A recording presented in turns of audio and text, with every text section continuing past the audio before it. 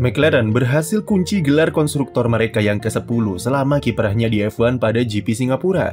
Dengan 6 balapan tersisa, McLaren menyamai prestasi Red Bull di musim 2023 dengan menjadi tim tercepat yang bisa kunci gelar konstruktor. Selain itu, gelar ini merupakan yang kedua secara beruntun setelah McLaren harus puasa gelar selama 26 tahun lamanya dalam menunggu gelar juara dunia yang terakhir kali mereka dapat pada tahun 98. Melihat perjalanan McLaren yang sempat mengarungi era kegelapan di era hybrid bersama Honda, dan 2 tahun yang lalu sempat menghuni barisan papan bawah karena salah desain mobil, melihat mereka bisa bangkit untuk raih 2 gelar konstruktor secara back-to-back adalah sesuatu yang luar biasa. Belum lagi perubahan manajemen besar-besaran yang dilakukan Zak Brown sejak menjabat sebagai CEO pada 2018, sukses membuahkan hasil 6 tahun kemudian, dan jadi tim yang lebih dahulu buka puasa gelar dibanding rival abadinya di Italia sana.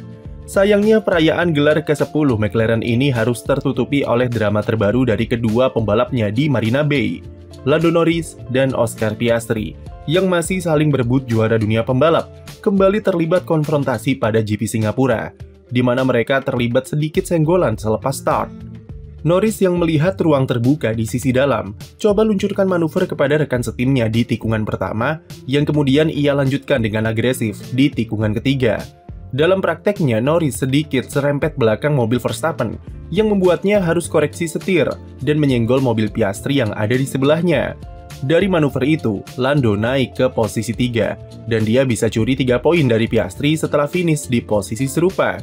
Yang jadi kontroversi adalah rasa kesal Piastri di radio terhadap manuver rekan setimnya itu, dan beberapa reaksi frustrasi yang ia tampilkan sepanjang serta setelah balapan. Piastri mempertanyakan manuver Norris yang dianggap tidak sesuai dengan kesepakatan Papaya Rules untuk berduel seadil mungkin, tanpa adanya senggolan antara mereka berdua.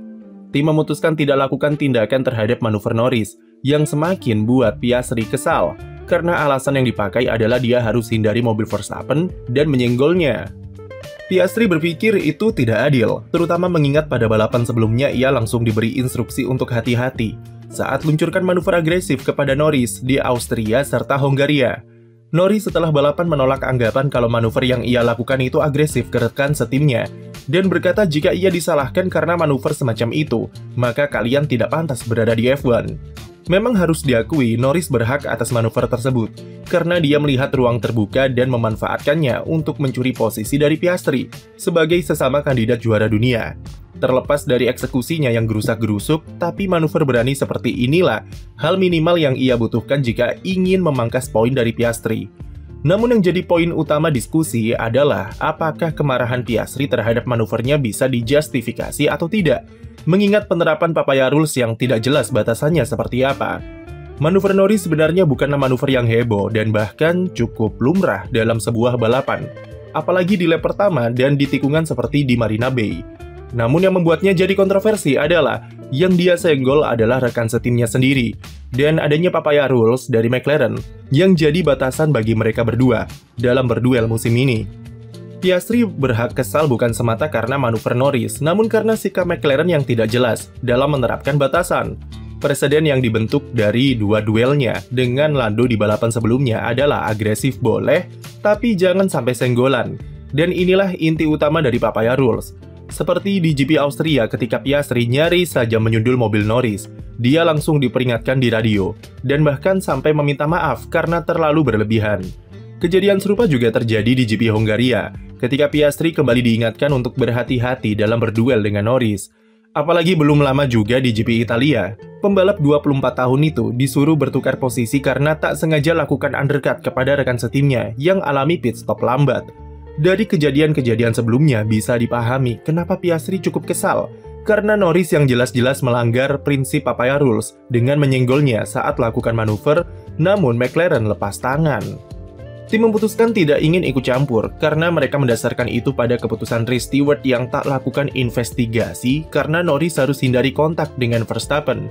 Masalahnya adalah kontak dengan Verstappen disebabkan juga karena Norris yang sangat agresif dalam menyalip Piastri, dan resiko itulah yang ia ambil untuk bisa curi poin darinya.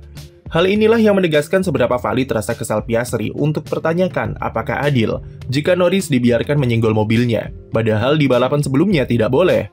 Piastri disuruh oleh race engineer-nya supaya tetap tenang dan mengatur hal yang bisa diatur ketika dia komplain di radio. Padahal lewat Papaya Rules, McLaren selama ini juga punya tugas untuk mengendalikan hal-hal di luar kendali dalam usaha menjaga keadilan antara kedua pembalapnya. Dan kesalahan terbesar McLaren adalah mereka terlalu banyak menentukan hal apa saja yang bisa dikendalikan. Tapi mereka malah bingung sendiri seberapa besar batasan yang harus ditentukan, karena mustahil untuk lakukan intervensi di segala skenario. Di kasus Singapura, situasi mungkin akan jadi lebih rumit jika McLaren beri instruksi kepada Norris untuk bertukar posisi usai manuver di lap pembuka.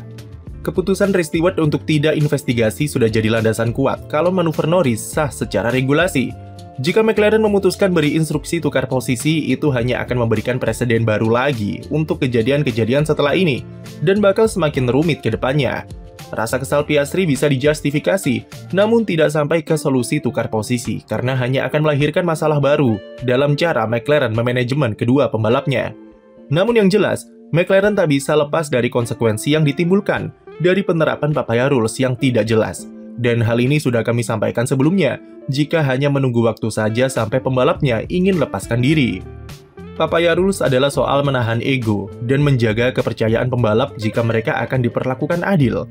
Di GP Singapura kemarin, kedua hal itu lepas dari kedua pembalapnya. Norris tidak bisa lagi menahan egonya dan ingin menunjukkan mentalitasnya sebagai kandidat juara dunia dengan manuver agresif di tikungan 3.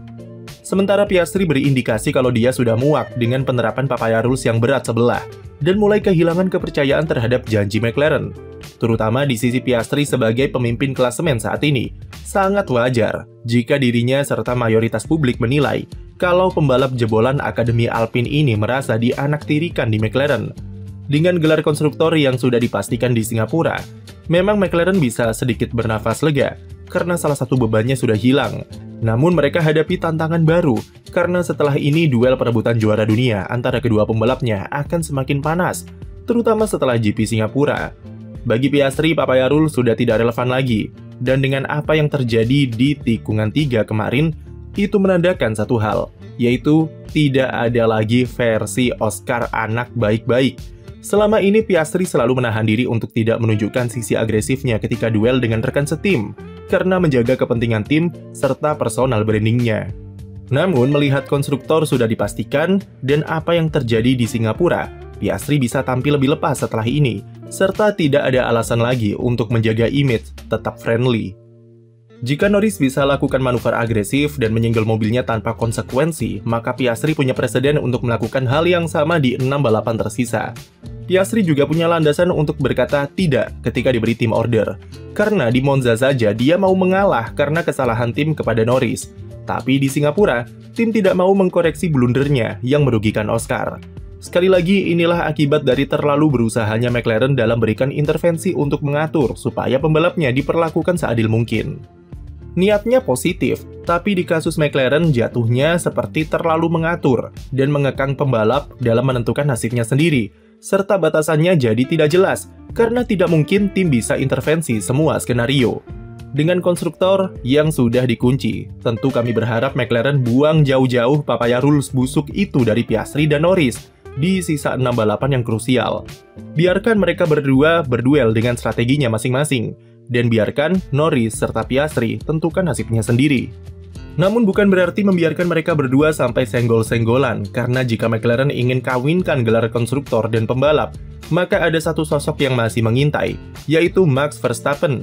Jika McLaren kecolongan satu DNF saja, terutama Piastri, maka Verstappen akan jadi pembalap yang paling diuntungkan dan siap menyergap dari belakang.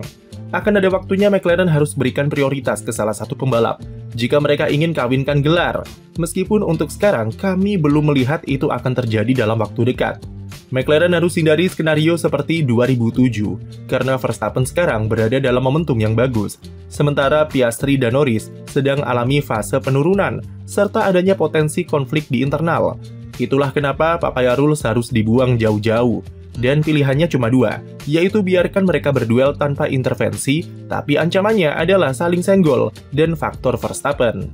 Atau beri prioritas ke satu pembalap yang dianggap paling berpotensi raih gelar untuk meminimalisir saling senggol. Pilihan yang sulit, Tapi beginilah resiko yang harus McLaren bayar dari cara manajemen pembalapnya yang tidak jelas. Sekian video dari kami, jangan lupa beri like dan subscribe untuk konten F1 lainnya.